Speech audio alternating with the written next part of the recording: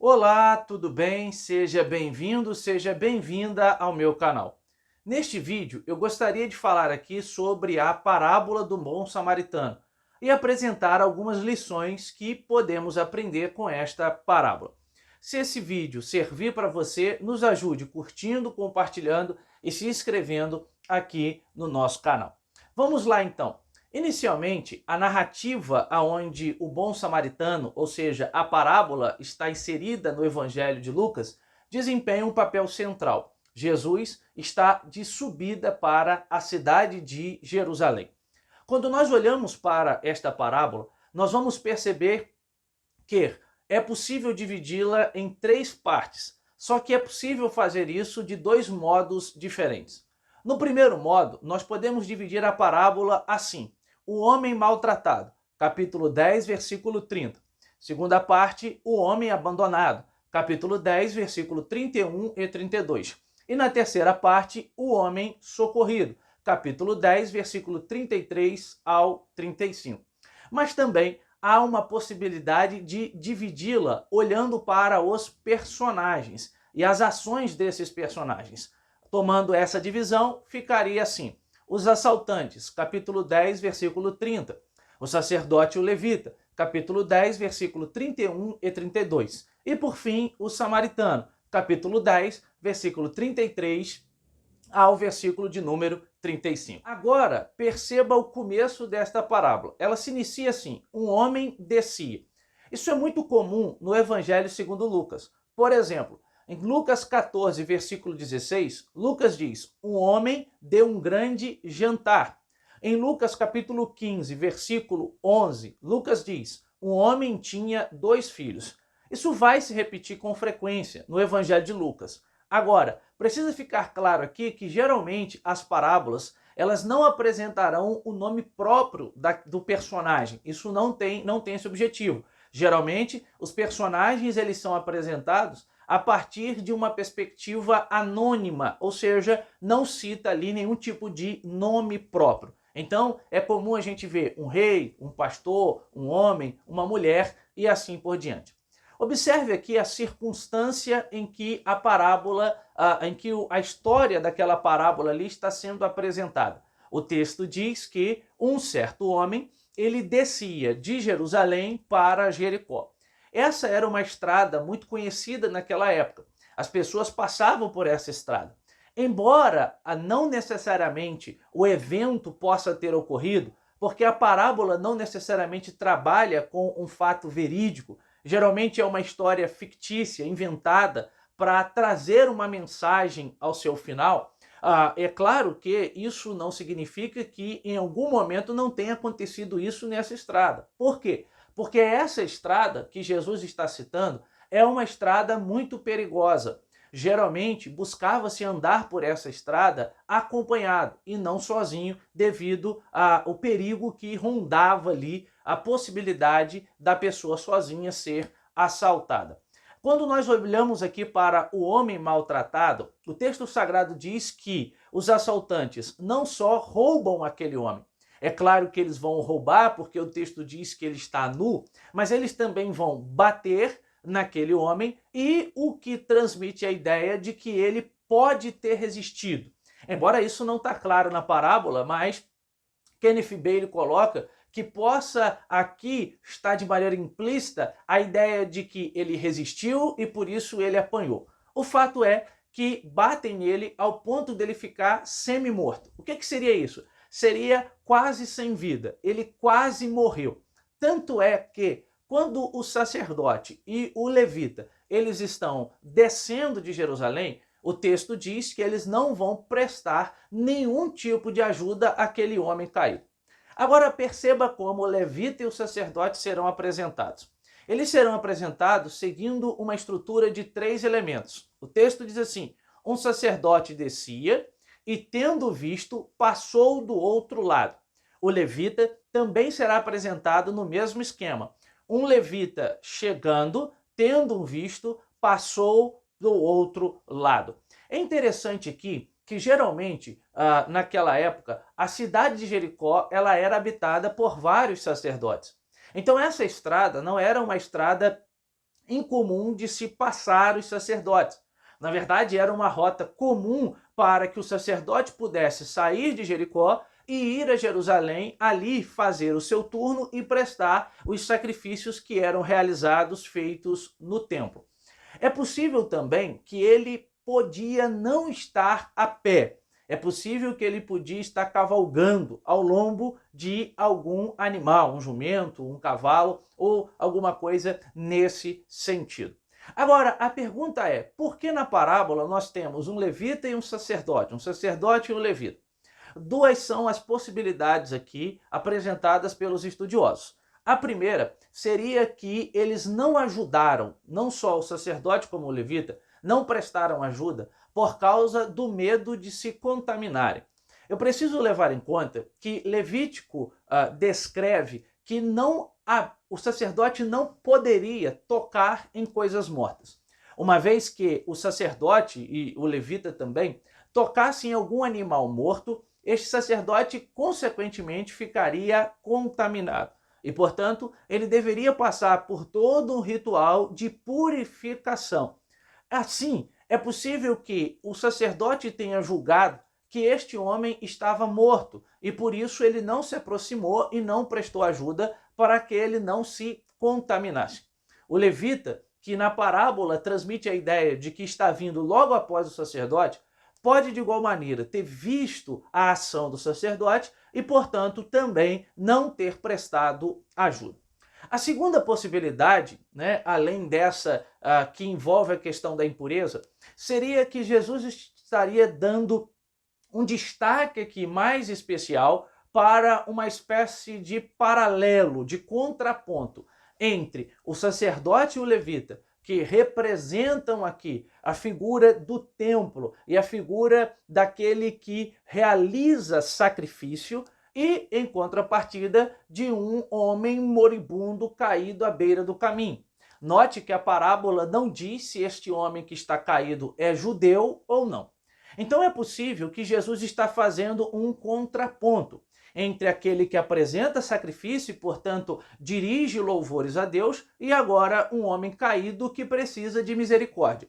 É como se Jesus estivesse dizendo: eles estavam tão preocupados com o sacrifício e com a vida religiosa deles e o medo de serem contaminados ao se aproximar daquele homem, que ao menos estava ali caído e eles nem sabiam que ele estava morto, do que exercer misericórdia. Aqui o texto nos faz lembrar Oséias, quando Oséias profetiza dizendo, sendo ele usado por Deus, dizendo: misericórdia quero e não sacrifício. Então essa pode ser também o contraponto. De um lado, a prática do sacrifício e o outro, a prática da misericórdia, em que a prática do sacrifício é colocada em destaque e a misericórdia acaba sendo negligenciada. E aí então nós temos um outro personagem. Que personagem esse é o samaritano.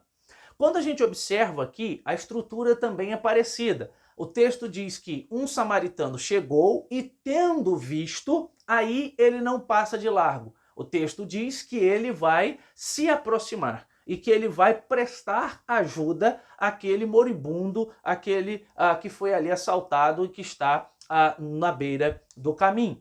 É interessante que quando Jesus propõe que é o samaritano quem ajuda, Jesus está dando aqui o famoso tapa sem mão, como a gente diz aí na gíria popular. Porque é um intérprete da lei que está questionando Jesus sobre quem é o próximo. E agora Jesus está dizendo que este próximo é o samaritano. Eu preciso lembrar que os judeus eles não se davam com os samaritanos. Os judeus não gostavam dos samaritanos. Pelo contrário, os judeus nem ao menos passavam por Samaria. Eles evitavam passar pela cidade por medo de serem contaminados. E essa briga histórica deles não começou na época de Jesus. Isso começa no Antigo Testamento.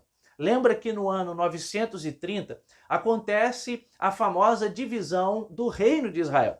O reino de Israel, que era formado por 12 tribos, agora é dividido. 10 tribos ao norte e 10 tribos ao sul. O reino do norte teve por capital Samaria e o reino do sul teve por capital Jerusalém. O reino do norte sofreu investida da Assíria e ele acabou sendo dominado pela Assíria no ano 722 a.C. Na sua política de dominação, a Assíria trouxe outros povos para habitar no norte, o que produziu ali, consequentemente, uma miscigenação, uma mistura. Já o Reino do Sul, de modo contrário, ele foi dominado pela Babilônia, e a destruição do templo ocorreu em 586 a.C. Por ordem, depois de passarem pelo exílio babilônico, por ordem de Ciro, eles retornam para a sua terra, a fim de reconstruir o templo e a fim de também reconstruir os muros daquela cidade. O fato é que quando eles retornam, eles vão cortar qualquer tipo de laço com o Reino do Norte, de modo que a divisão vai se estabelecer de uma maneira mais clara e límpida. Eles não vão nem sequer aceitar a ajuda dos irmãos que estavam no norte. Tanto é que o livro de Crônicas, o primeiro livro de Crônicas, ele se preocupa nos seus primeiros capítulos em apresentar várias genealogias. É como se o autor, segundo a tradição judaica, Esdras, estivesse mostrando ali a árvore genealógica daquelas pessoas para preservar isso. Então, o Reino do Sul, ele teve uma preocupação um tanto quanto nacionalista, digamos assim. De modo que o Reino do Norte, por ser misturado, acaba sendo desprezado pelo Reino do Sul. Esse desprezo faz com que o Reino do Norte seja impedido de adorar no templo que estava no sul. E, portanto, eles vão construir um templo lá no norte. Lembra da mulher samaritana? No texto da mulher samaritana, ela pergunta: eu aprendi a minha vida toda que devo adorar aqui. E os judeus afirmam que o lugar da adoração é Jerusalém. Ora, os samaritanos, portanto, eles não usavam todos os livros que nós temos no Antigo Testamento, por exemplo. Eles não usavam os profetas e não os consideravam. Eles usavam apenas o Pentateuco e tinham algumas práticas ali ritualísticas. O fato é que os judeus não gostavam dos samaritanos. Tanto é que em um dado momento, os discípulos de Jesus chegam a propor que Jesus mande fogo do céu e destrua todos os samaritanos. Perceba que agora Jesus está dizendo que aquele que usou de boa vontade, que aquele que usou de benevolência, que aquele que estendeu a mão, que aquele de fato que ajudou o que estava caído, era exatamente um samaritano. Aqui a lição é preciosíssima. Jesus faz do samaritano o modelo, daquele que não se esperava ajuda, o modelo ali de misericórdia e de compaixão. Agora perceba como que o samaritano ele é apresentado. Nós vemos aqui 7 verbos que são postos em série.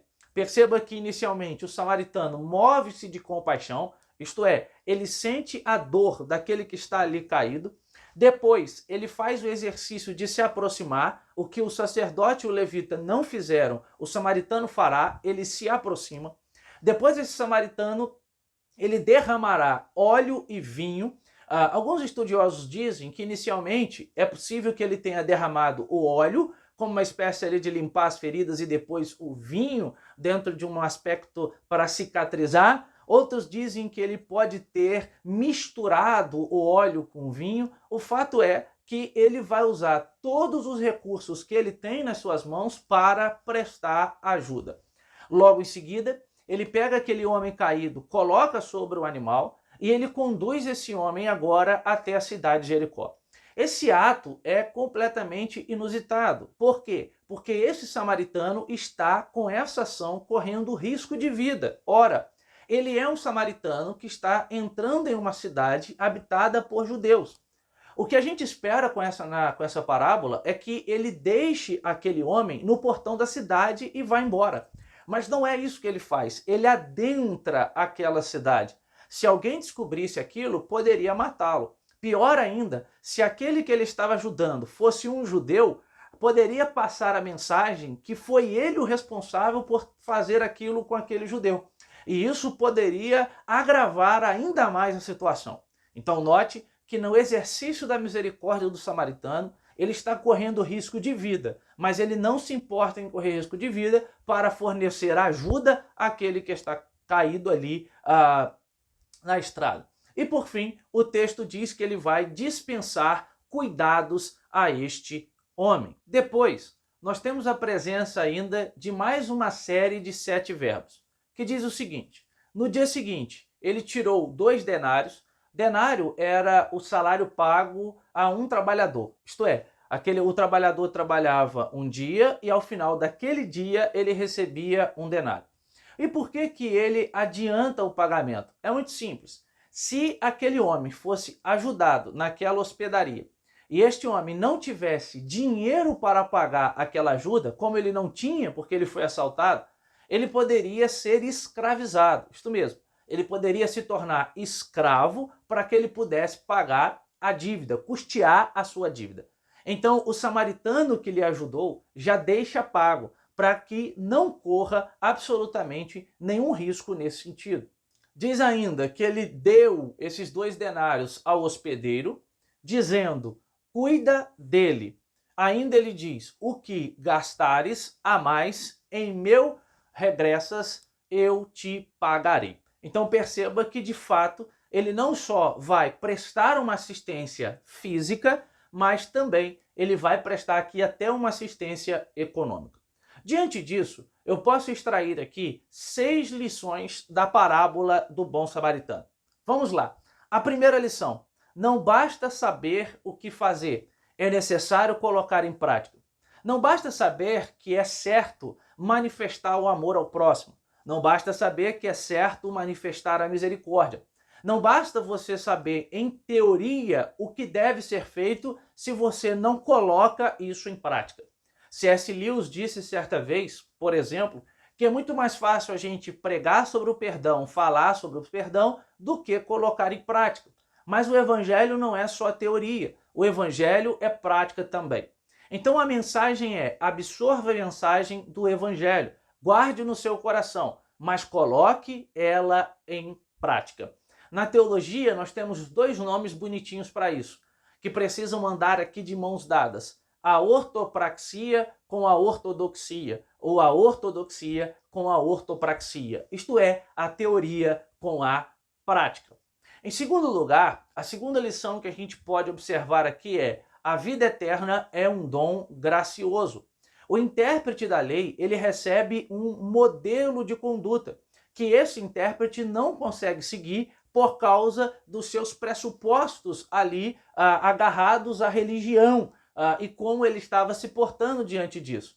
Então, logo ele percebe que não pode ter a vida eterna pelos seus próprios méritos, mas sim pelos méritos do outro. O que nós temos aqui é a ideia de que a vida eterna e como alcançamos ela não depende dos nossos próprios méritos, mas daquilo que Cristo fez. Em terceiro lugar, nós temos que o meu próximo é quem precisa de mim. Isto é quem está em necessidade. Qualquer um pode ser o meu próximo.